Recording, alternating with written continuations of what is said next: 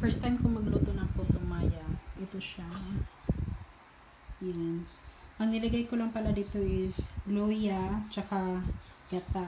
Gata na niyog. Hindi ko na siya nilagyan ng sugar, ng asukal kasi ito, matamis na to siya. So, itong glutinous rice, nag-produce din ito ng sugar sa katawan natin. So, kaya hindi ko na siya, para hindi siya matamis kasi ito, nilagyan ko ito ng asukal. Tapos, ito lang yung pinaglutuan ko. Maliit lang siya kasi half kilo lang yung niluto ko. So, ayan. Ito, para to kay Kayo. Bigyan natin sa COVID patient natin. Shushu!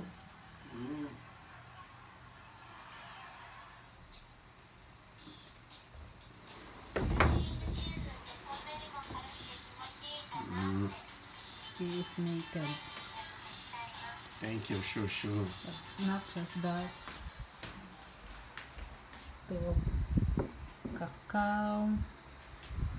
Ang sabi doon, pure cacao daw, pero I think hindi. Powdered na ito.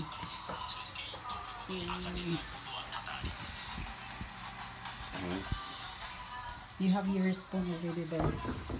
So, ito yung room pala niya. For the meantime, ito yung room niya. Tapos, ito yung sake. Kasi nga, kailangan namin maghiwalay. Kasi, yan, may mga nakasampay pa dyan. Pero okay na siya. Wala na siyang ubo. Wala na siyang ubo. Wala na rin siyang lagnat. Okay na siya. Healing na.